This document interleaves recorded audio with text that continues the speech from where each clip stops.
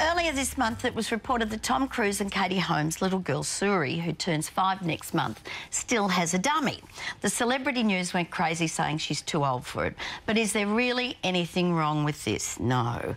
To look at the pros and cons of the dummy debate, please welcome child psychologist Sally Ann McCormack.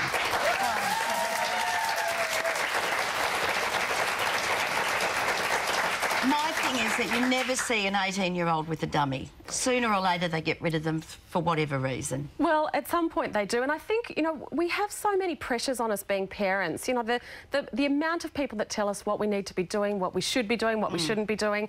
And I think with this, typically, as you said, you don't tend to have 18-year-olds walking around with dummies, and peer group pressure works fantastically. Sally, can we just start out with the kid? What is the appeal of a dummy for the child? Well, it starts off, it's a survival technique in utero. So during the 3rd trimester of pregnancy, they develop the sucking reflex. And you actually see those great clips of children in the womb sucking their thumb.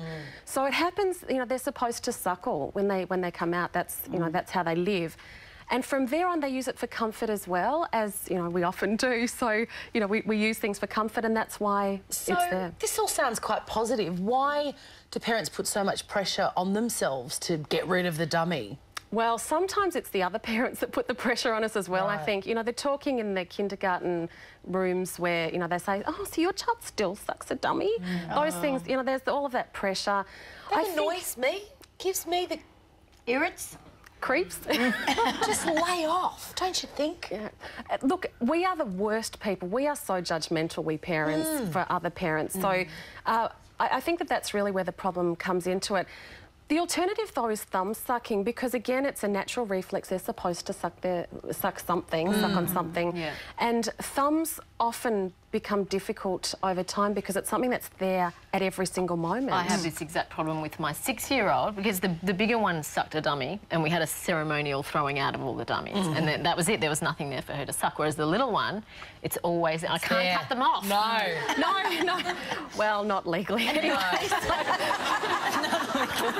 And it is a problem because of, you know, there's also the argument about teeth. You That's know, right. I was going to ask you about that because a lot of people believe that sucking and thumb sucking create, you know, push the teeth forward and buck teeth. And at least with dummies, they're supposedly ergonomically designed, so they actually, you know, are supposed to not pull the mouth forward. But even then, as you said, at least you can take it away at some stage or restrict it. At least you can say it's only for bedtime or... There was one thing ages ago that, I can't remember the doctor now, but he said if you take the child to the toy store and you swap the dummy for a toy, would that work still? Or I don't know, they've got toys all the time. People use a whole stack of different ideas. That one works. I've heard about giving it to the birds, you know, putting it in a bird's nest because the birds really need them. Giving it to the poor children. Some parents actually cut the ends off the teats. That's just a bit slowly. vicious. And some people say cold turkey. I wouldn't recommend those because I think with the child, you know, we don't want to cause trauma. It's there for comfort. It's a normal developmental stage. They are supposed to suck on something. Will they eventually, even as old as Suri Cruise, who's 5, will they eventually go, I don't want this anymore? Peer group pressure. We always talk so badly about peer group pressure, but in fact, the peers will actually at some stage say, oh, why do you have a dummy? And so she'll actually restrict it to her own... I went to boarding school, Sally Ann, only for a year before I got expelled. But there was a girl at my boarding school who was 16 sucking her thumb.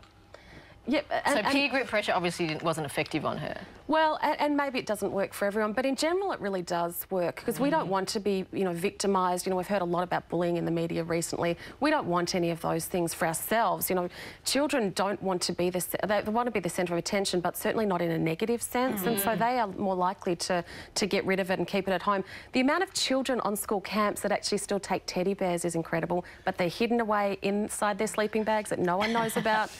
Oh, and clearly there's a story here. There's something going on here. I still sleep with it. I'm 37. I've had it for 36 years. I can't sleep. Its neck is actually coming apart at the moment. It's very bad. I'm going to have to do something about it. I think the good message here is if you're at home with a child who loves their dummy, relax. Yeah. It will sort itself out. It's not the end of the world. You're not a bad mother because your child has a dummy. It just likes the dummy. Quick question, Sally Ann. You're a mother and a child psychologist. Yes. Do your children have dummies? Well, mine range from 15 to 21, so the answer is pretty much no. But in the early years, I allowed them to do thumbs for the first 3. Number 4, that dummy was going in whether she wanted it or not. Yes. Please thank Sally Ann McCormack for joining us today. And email us to let us know your thoughts on this one. We'd love to hear from you.